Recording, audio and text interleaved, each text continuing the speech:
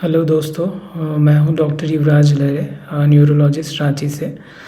तो हम लोगों ने पिछले कुछ वीडियोस में स्ट्रोक से रिलेटेड सारे इन्फॉर्मेशंस देखे, उनके सिम्टम्स, उनके मैनेजमेंट, देन उनके कॉम्प्लिकेशंस और उनके मैनेजमेंट।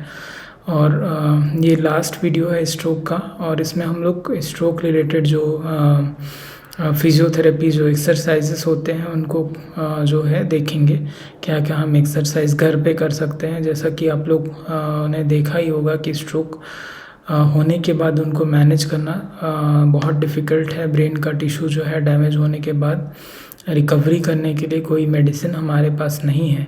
जो भी मेडिसिन दिया जाता है वो प्रिवेंटिव थेरेपी के लिए होता है। कुछ पेशेंट बोलते हैं कि जैसे कि अगर स्ट्रोक का कोई थेरेपी नहीं है तो डॉक्टर्स पैसे क्यों लूटते हैं। ऐसा नहीं है। जो थेरेपी दिया जाता है वो स्ट्रोक को प्रिवेंट करने के लिए दिया जाता है। जैसे कि मैंने पिछले का वीडियोस में बताया था, एक बार स्ट्रोक होने के बाद बार बार स्ट्रोक होने का रिस्क बढ़ जाता है, तो उनको प्रिवेंट करने के लिए दिया जाता है। तो अगर थेरेपी नहीं है तो हम ऐसे में स्ट्रोक जो हुआ है जिस बॉडी पार्ट को, उसको रिकवर करने के लिए क्या कर सकते हैं। उसके लिए हम जो है एक रेगुलर एक्सरसाइज फिजियोथेरेपी कर सकते हैं। उससे ब्रेन को स्टिमुलेशन मिलेगा और डैमेज टिश्यू रिकवर होगा। तो इस वीडियो में हम जो है एक्सरसाइज जो होते हैं, क्या क्या एक्सरसाइज कर सकते हैं जो अफेक्टेड बॉडी पार्ट को रिकवर करे, उसको देखेंगे। तो ये वीडियो काफ़ी इम्पॉर्टेंट है और वीडियो को लास्ट तक ज़रूर देखें। तो चलिए वीडियो को शुरू कर लेते हैं।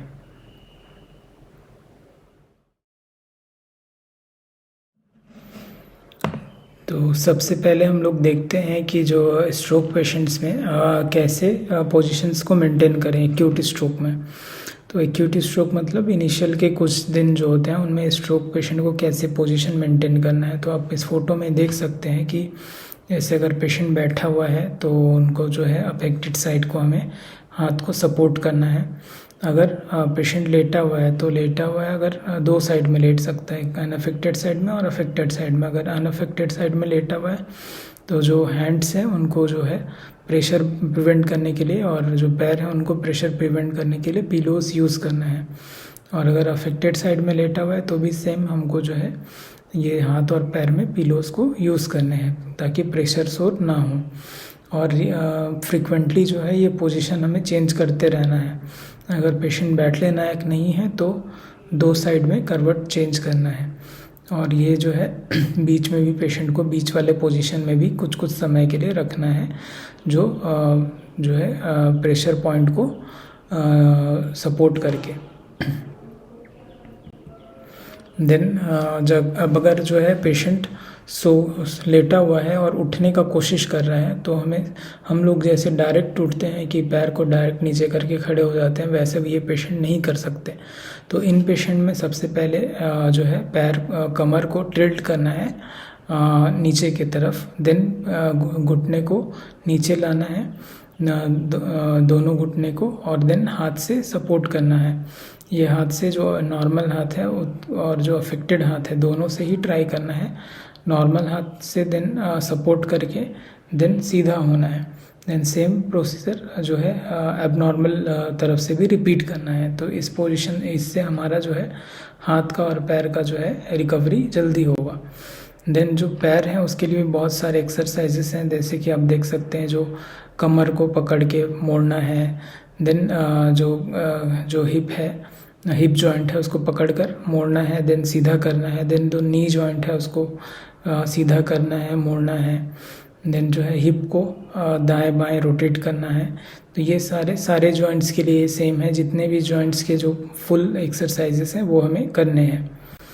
देन लेटे हुए आप पैर के लिए देख सकते हैं कि पैर का हिप को फ्लेक्स करके रिलीज़ करना है। Then side to side hip को टर्न करना है। तो ये सारा चीज़ हमें फ्रिक्वेंटली करना है।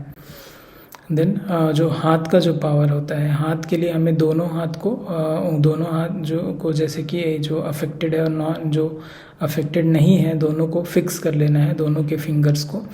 देन उसको स्ट्रेट करना है, मतलब टाइट करके सीधा करना है। देन उसको चारों तरफ घुमाना है, हाथ को पूरा ऊपर लेके जाना है, साइड में पूरा खींचना है दोनों साइड में। तो इससे जो है हाथ का कॉन्ट्रैक्चर प्रिवेंट होगा और जो है ट्रंक का भी ताकत आएगा। तो ये एक्सरसाइज भी हमें बार बार करना है। देन जो है बैलेंस के लिए हमें जो है सीढ़ियों पर चढ़ना और सपोर्ट से ये चीज़ हम लोग कर सकते हैं। देन उसके बाद आता है टंग का एक्सरसाइज। मतलब जो है स्ट्रोक पेशेंट में आप लोगों ने देखा होगा आवाज़ लड़खड़ा रहा है या खाने में दिक्कत हो रही है, तो ऐसे पेशेंट को 2 एक्सरसाइज रेगुलरली करना है। एक है लिजार्ड एक्सरसाइज। लिजार्ड मतलब कि एक्सरसाइज मतलब कि जो है जीभ को बार बार बाहर अंदर करना है, तो इससे टंग का पावर जो है जल्दी आएगा। और दूसरा जैसा कि एलिफेंट के जो सूंड होते हैं, एलिफेंट जो है साइड मूव करता है, वैसे ही जीभ को side to side regularly move करना है, तो उससे जो है टंग का पावर वापस आएगा। तो ये हम लोग मिरर के सामने भी करके प्रैक्टिस कर सकते हैं, टंग को पुशअप और पुश डाउन करना और साइड मूव करना। देन जो थर्ड चीज़ है वो है बॉवेल और यूरिन ब्लैडर का जो है एक्सरसाइज। तो ये जो है ना कीगल्स एक्सरसाइज के नाम से फेमस है। तो इसमें हम लोग क्या करते हैं, जो हिप को जो है फ्लेक्स करके ऊपर की तरफ ढकेलते हैं। मतलब कि अगर आपको एज्यूम करना है कि आप अगर यूरिन कर रहे हैं तो उसको बीच में रोकना है, यूरिन को बीच में रोकना है, और अगर गैस पास कर रहे हैं तो उसको भी टाइटली होल्ड करके बीच में रोकना है। तो ये जो एज्यूम करेंगे तो जो आपका पेल्विक फ्लोर का मसल जो है कॉन्ट्रैक्ट होगा और इससे आपका बॉवेल और ब्लैडर का जो है रिकवरी जल्दी होगा। दोस्तों, हमने इस वीडियो में स्ट्रोक रिलेटेड जो एक्सरसाइज होते हैं उन्हें डिटेल में देखा। बहुत क्लियर तो नहीं हुआ होगा, बट अगर आपको और ज़्यादा इन्फॉर्मेशन चाहिए होगा तो आप डायरेक्टली मीट कर सकते हैं या फिर वीडियोस में क्वेश्चन कमेंट कर सकते हैं। तो जो है ये था स्ट्रोक का लास्ट वीडियो। मतलब इसके साथ ही हमारा स्ट्रोक का जो सीरीज़ होता है वो कंप्लीट हुआ। आगे आने वाले वीडियो में हम किसी नए डिजीज़ के बारे में डिटेल में स्टार्ट करेंगे और कुछ पब्लिक अवेयरनेस रिलेटेड वीडियोस भी देखेंगे। तो ऐसे इन्फॉर्मेशन देखते रहने के लिए चैनल को सब्सक्राइब कर लें और वीडियो को लाइक एंड शेयर करें। Thank you.